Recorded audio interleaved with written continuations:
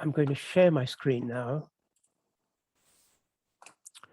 Hello, everybody. My name is Professor Gatrad. I'm a consultant pediatrician. Today, I'm going to talk to you about planetary health and stopping the plastic tide. My credence, however, is probably the fact that I've got a certificate in planetary health, and I'm also a member of the Royal College of Pediatrics and Child Health. In a sense, climate change can be described in 10 words. It's real, in that it's happening now. It's us. We have created the problem through burning of fossil fuels. Most scientists, in fact, 99% of them, agree that it's a real phenomenon. It is already catastrophic, harming our health, food, water, land, and air. But there is hope. If we work hard together and work on cleaning our energy into renewable forms, then I think we will survive hundreds of years.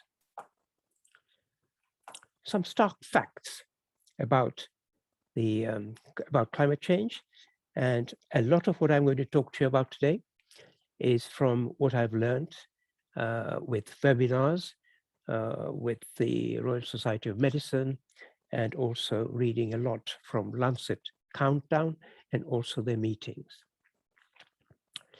11 corporates around the world control the economy. Now that is huge because it's companies like Shell or Unilever that do that. And this globalization has had a huge impact on energy use around the world. And obviously this contributes to greenhouse gases. The people that are affected are mostly the vulnerable, the pregnant, the young, and the women tend to come off worse. 50% of cities around the world are along the coasts. So when sea levels rise, those are the ones that are going to be hit most, and those are the ones that are going to sink first.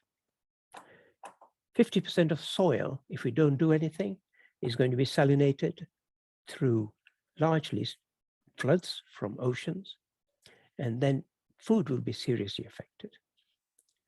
If we don't do anything, these sea levels have already risen 16 centimeters in the last 100 years since the Industrial Revolution started. But if we go the way we are going, then it'll be a 50-centimeter rise over the next 100 years. By 2050, again, if we don't do anything, there'll be severe shortage of fresh water. A lot of the water, 70% of it, in fact, is taken up by agriculture. That'll affect our food. It'll affect our supply of all the greens that we get from our crops. Shortage of water will lead to droughts, and floods will have diseases bringing into people's houses.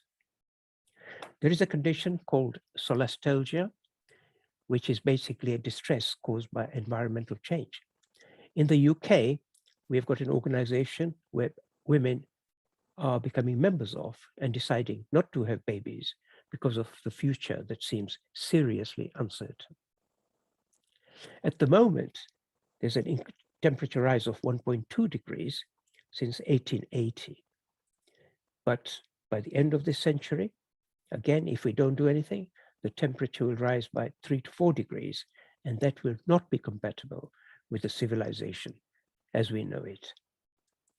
There is a lot of inequity around the world in that 90% of nations around the world are affected by 10% of the Western nations, such as United States, China, and Europe.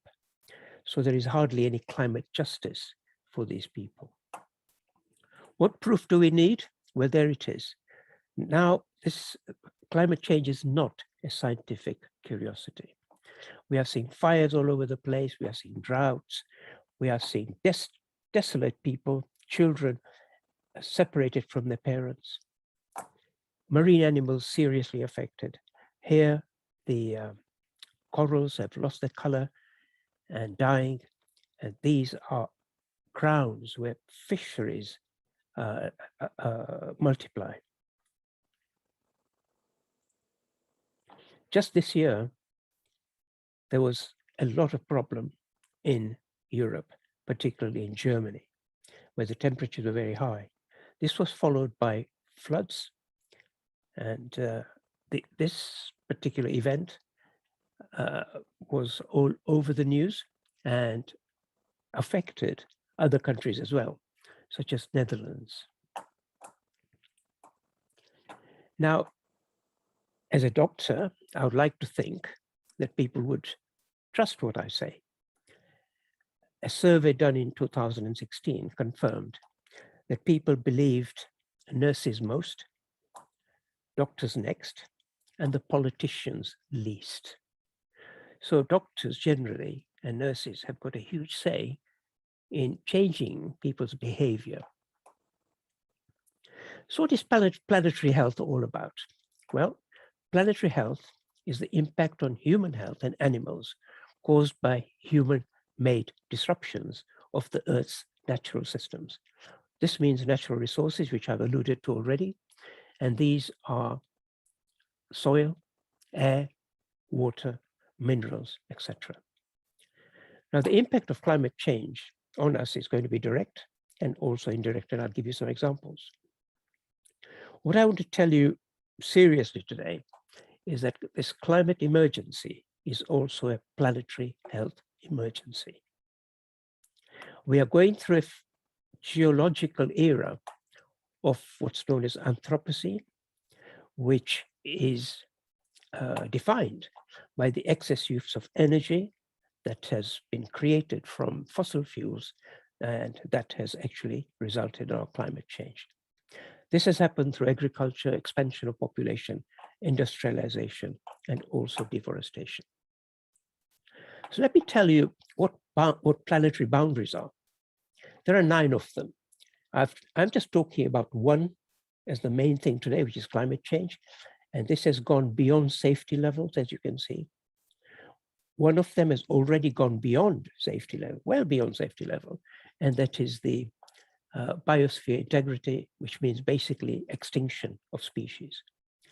100 species go extinct every day, that is within 24 hours, and there are billions of species around the world. We've got problems in the soil, where there's extra phosphorus and nitrogen, which is affecting soil quality, crop quality, and also nutritional quality of the food that we eat.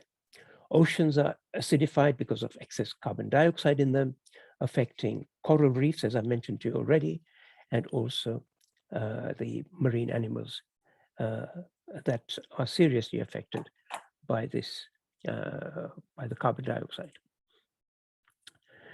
As an introduction to greenhouse gases, just to remind us that greenhouse gases are actually important in keeping the Earth warm. And if I was to make an analogy and say that the Earth is covered by one blanket and it was going quite nicely, having a very even temperature until the greenhouse gases came along from fossil fuels. These created even more greenhouse gases. So now we probably have 6 or 7 blankets, making our Earth so much warmer. Greenhouse gases, if they were not there, would actually create a temperature on Earth of -17. So they are good, but we have created excess amount of greenhouse gases. Radiant heat coming from the sun hits the Earth and is bounced back as infrared and hits the layer of greenhouse gases around the world. And these are reflected back. And this is what's causing global warming. Last year was the highest, the temperature were the highest they've ever been in 2020. And I dare say in 2021, they may even be higher than this. Carbon dioxide levels have steadily increased and are still rising. Sea levels have gone up, and also has the temperature, as you can see. The temperature of the Earth over the last 150 years has gone up by 1.2 degrees. And this just shows if we don't do anything, it'll go up to 4 to 5 degrees. The greenhouse gases generally are 6 of them: carbon dioxide, methane, nitrous oxide are the ones you probably have heard of. Carbon dioxide coming largely from industry and also from cars and aviation and travel. Methane largely from agriculture. Nitrous oxide, again, largely from agriculture and also from cars.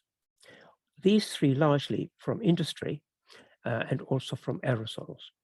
Ozone is not a primary greenhouse gas, but ozone is created in the lower level of the atmosphere by oxidation of nitrogen dioxide, by photooxidation in the presence of light.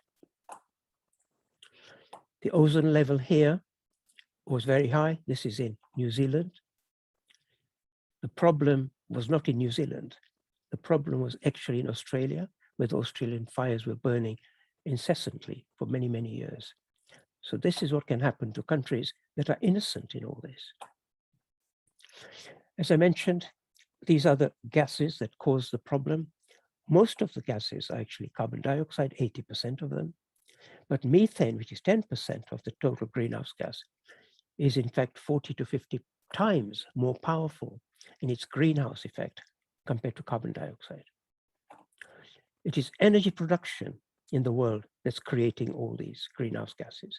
So most of the problem is from energy production, and the rest of it is from agriculture and forestry. And in fact, burning forests is also a big problem in stopping the capture of carbon.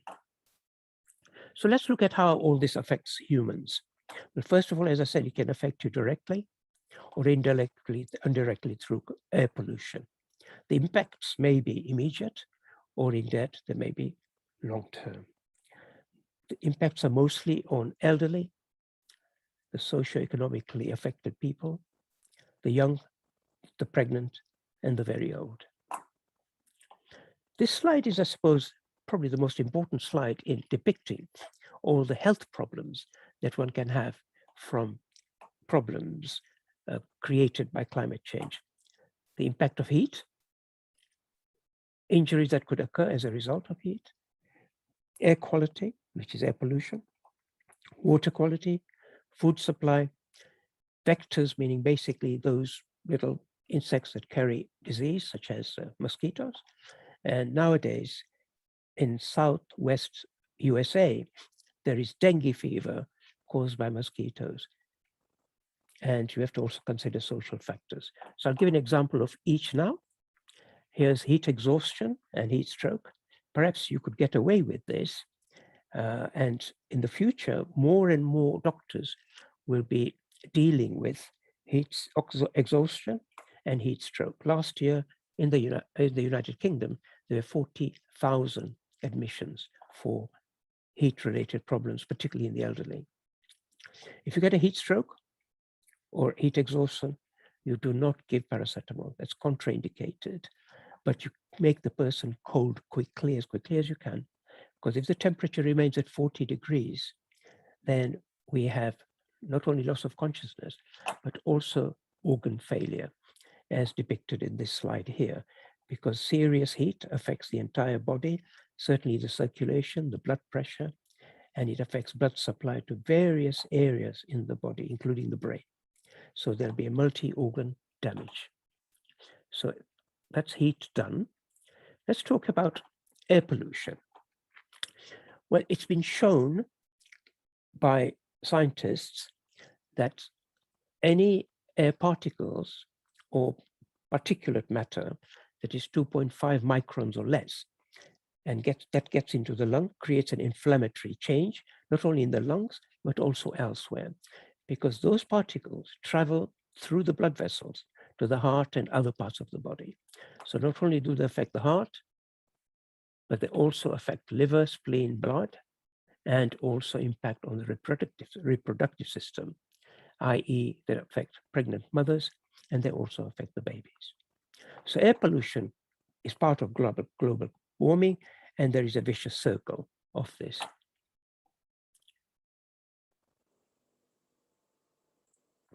So here we are, air pollution affecting the baby, and the babies get affected in utero.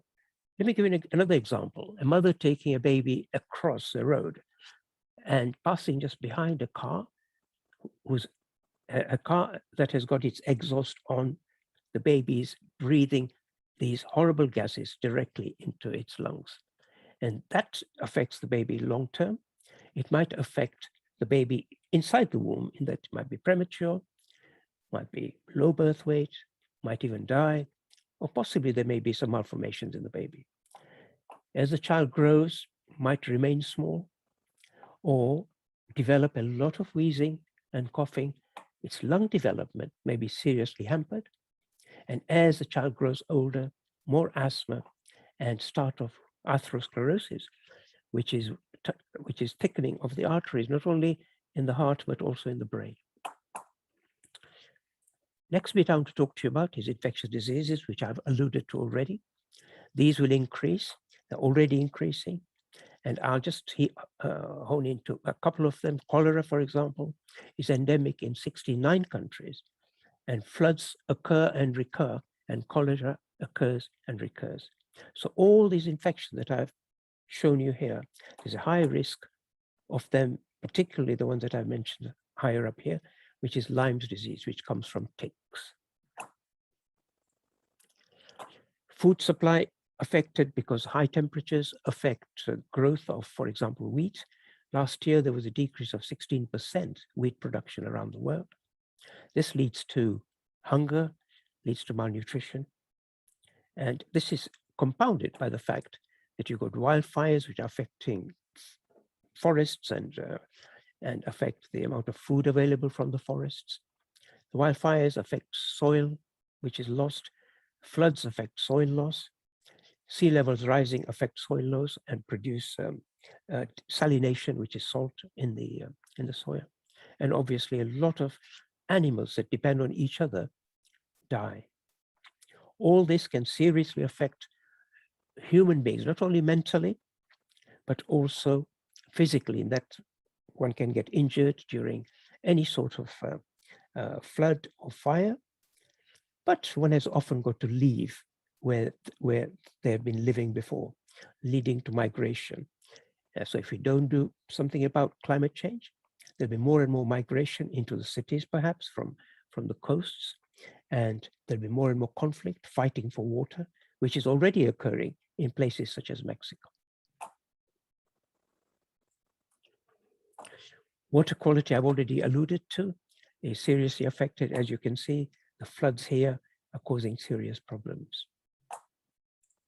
Children are affected most, because medical guys will know that a child has got an immature immune system. The behavior, we all know, is different in children. They have a higher metabolic rate and also a larger body surface area. So children seem to be and tend to be mostly affected by the impact of climate change.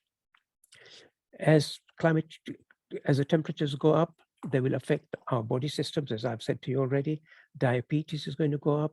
The impact of treatment of diabetic patients by insulin is going to be affected. And what's going to happen is, because of the heat, a lot of people possibly won't go out, possibly eat more, and this will create loss of control of diabetes. With this slide, I just want you to concentrate in the middle bit. The middle bit is where I'm going to concentrate on, particularly the last sentence here. Healthcare will be overwhelmed. With COVID, healthcare was overwhelmed. But with this, it's going to be overwhelmed 10 times, if not more. The communities become disrupted. Electricity gets disrupted. Louisiana, for example, just recently had electricity cut for 2 or 3 days. A million people were out of, were not having electricity. So a lot of disruptions of systems occur as a result of extreme weather. So let's look at how we could perhaps get better at sorting this problem out. We have to change our behavior. In order to change our behavior, we've got to understand the impact of climate change, which I've already alluded to in my previous slides. Let us understand what sustainability is. Sustainability is making sure that the natural resources that we've got on Earth now, we use them wisely so that a lot of them are still left for our future generations to come. At the moment, we are exploiting our planet seriously. What we need to do is mitigate and adapt to the impacts of climate change. And I hope that today's talk, or people who are watching this, will hopefully become part of a solution. And that my talk today is just not for information, but for transformation. Mitigation strategies, basically, we have to reduce the sources of greenhouse gases, which basically are in industry and travel and transport. We have to change to solar power. We have to put pressure on governments to do this. We have to increase carbon sinks naturally by growing more and more trees rather than burning them down. And this burning down of trees is happening deliberately, particularly in the Amazon. We have to improve energy efficiency in our homes, promote public transport, promote self-transport by non-fossil fuel vehicles, and an industry which is ecologically safe, which basically is to do with corporates that I mentioned, and also pressure from the governments. And if that doesn't happen, then the government should tax these companies. Adaptation measures are already being taken not only in other countries, but also in the UK, where some areas are vulnerable to floods. Safer buildings, replanting forests, because forests decrease the tendency to flooding, for example. Diversifying crops so the land doesn't get mutilated by monocropping.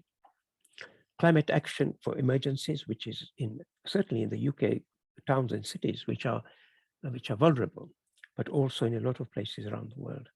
And those should improve. Water and sanitation systems should be better so that floods do not get into the local water and sanitation systems and contaminate the water. If we do the mitigation and the adaptation, certainly adults, there'll be stress reduction, improved life expectancy, and general better mental health. Children have been shown already to have better attention capacity, better concentration, and better behavior. Overall, it's a win-win situation because we control climate change. We have less heart disease, less lung disease, less cancer, better mental health, less infectious disease, and healthier child population. Just one action of getting rid of fossil fuels can save 3.6 million deaths per year. So this is solar power that hopefully will be the future for us. The other thing that people could do is to stop wasting food, because food means it has been created through burning fossil fuels, and transport of the food, etc., and packaging. All this takes up energy. 20% of food that has been produced by farms is actually wasted around the world. And most of the waste, 70% of the 20% waste, actually occurs in homes. So that's something that we could do. Not only will it save our pockets, but it will also save the planet. Let me give an example of just beef. Beef has got a very high carbon footprint because to graze cows, to farm them, and then look after them, feed them, slaughter them, process the meat, transport it, get it to retailers, packaging, all this takes up a lot of energy. And therefore, one of the suggestions I'm making is to decrease the amount of beef one eats. So beef, lamb, pork, those are the meats that create a big carbon footprint. Lots of other foods, for example, tofu, milk, maize, etc., have got a much lower carbon footprint. Some personal measures you can take, the obvious ones: decrease flying, decrease the amount of driving one does, walk to work, for example, eat locally grown vegetables and fruits so that there's no carbon footprint with the travel. Perhaps decrease the number of clothes you buy. You could measure your own carbon footprint and we can have leaflets for patients or people around the community. We should put pressure on our MPs, particularly before COP26, and joining organizations such as WhatsApp to try and combat impacts of climate change.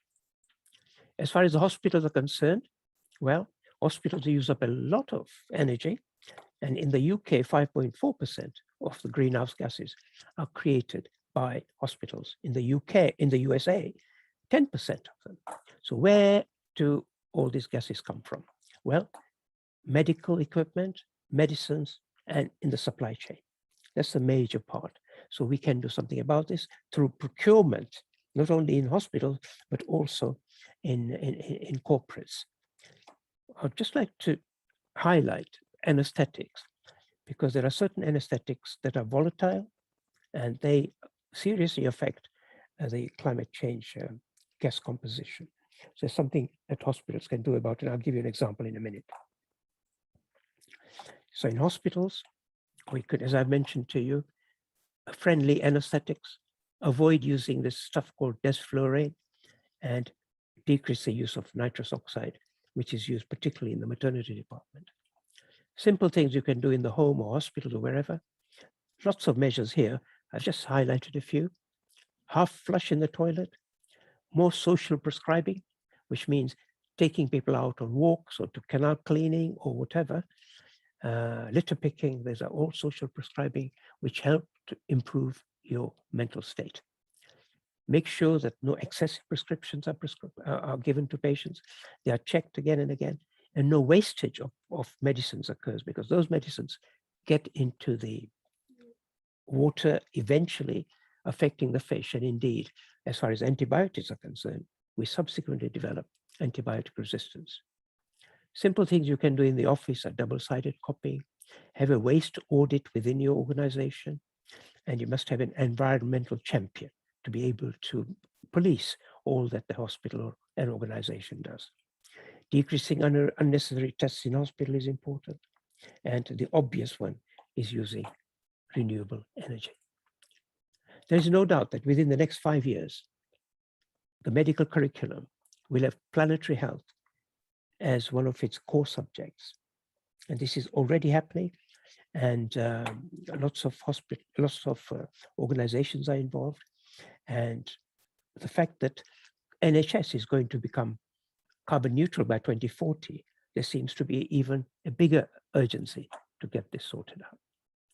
Now, this is a slide I've left to almost the last because it's a scary slide. Snow is melting. Snow is white. What snow does? It reflects the heat away from the Earth. And that is called an albedo effect. If snow starts melting and the Earth is exposed, then what's exposed is what's called permafrost. Permafrost is iced Earth. If that melts, it'll release thousands and thousands, billions of greenhouse gases that have been trapped over the previous centuries. So that is going to be seriously awful for our civilization. We know we are in the middle of a pandemic, but as man comes closer to animals, probably through hunger, because they'll start eating animals that they're not usually used to, such as crocodiles and monkeys. Some of these pandemics have arisen from animals, such as monkeys, indeed, and also camels, and more of late in China, from possibly bats. So getting people closer to animals, and perhaps having had the impact of climate change, bringing them closer, will create what's known as zoonotic infections, which is viruses passed from animals to humans, creating disease, such as COVID. So what we need to do, ladies and gentlemen, is to think of the world as one, and think of us not as being masters of the planet, but actually being part of the serene system of the environment. And we need to live in harmony with our animals, with biodiversity, and also with nature. So this first part is to do with climate change. And what I am doing with my colleagues around the world, and indeed in the UK, is that we are trying to stop the plastic tide. Now, plastic production is presently creating 4% of greenhouse gases. If we don't stop this in 2050, 15% of the greenhouse gases will be made from plastic.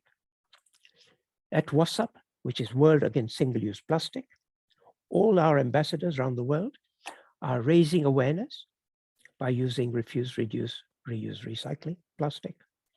Only 12% of it globally recycled. And what's important is a lot of these nations do not have a collecting system. So it's not the fault of the people, because they don't know where to put the rubbish. So that's where the education comes in. That's where support to the governments comes in. Most important of our 4 principles is educating and indeed self-educating. Educating children in schools. So it is actually a generational game. By the time these children grow up, hopefully they will not litter. They will use less plastic in their everyday life.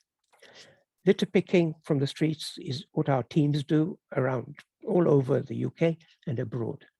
We will continue litter picking if we don't get the education right. And we also putting pressure through children particularly on governments and supply chains to decrease plastic. Plastic itself is already in our food chain in the form of microplastic. It weakens our system. It makes us infertile, gives us cancers, and it's passed from the mother to the baby before it's born. So what we are doing is raising awareness, which is our first principle, in all communities. These are Muslims, Sikhs, Hindus, and the Black community here. Education in schools. I'm just giving you an example of 2 or 3 schools. I've spoken to over a couple of hundred already, not only in this country, but also abroad. This is an international WhatsApp sign that a lot of schools use now as their symbol of their involvement with WhatsApp. Litter picking, which is the 3rd principle. Here we are getting all the communities together. It's community cohesion in action, certainly getting the children involved in cleaning canals and putting pressure on big corporates such as Tesco through a lady here called Leah. She is taking the message back. We've got universities involved here, and they are cleaning the canals with us. And this is a Miss England pageant lady. She's with us. A lot of community members are all picking up litter. The 4th principle is putting pressure on corporates. So we are involving them in litter picking. The Co-op, McDonald's, Greco, Ocado, all these companies are involved with us. WhatsApp has spread beyond Walsall, which is where I started it. It's in Worcester, it's in Coventry, it's in Malawi, it's in South Africa, it's in Pakistan, India, and also Indonesia. These are just a few countries I mentioned, but there are 13 of them altogether now. Governments, wherever they are not addressing the health of the children, and it's not in the policy of the government. Now, it should be, because these are the people that are the future of tomorrow. And they are making a big noise because we ourselves are not making a big noise. So we should help them and their future by helping the governments create policies, not only that will help us, but also our future generations. So we've got youngsters like Greta Thunberg, who are shouting for not only for herself, but the future of these children. So finally, ladies and gentlemen, if we don't do what we should be doing, this is what I would like you to remember. Civilization is writing history in a crooked way, in a world which is volatile, uncertain, complex, ambiguous, and inequitable, as I've already shown you. But we still have ink in the pen to change not only our ending, but also our destiny. If we don't do that, the world will not be destroyed by those who do evil, but by those who watch them without doing anything. So ladies and gentlemen, thank you very much for listening, and I hope you've enjoyed this. Bye-bye.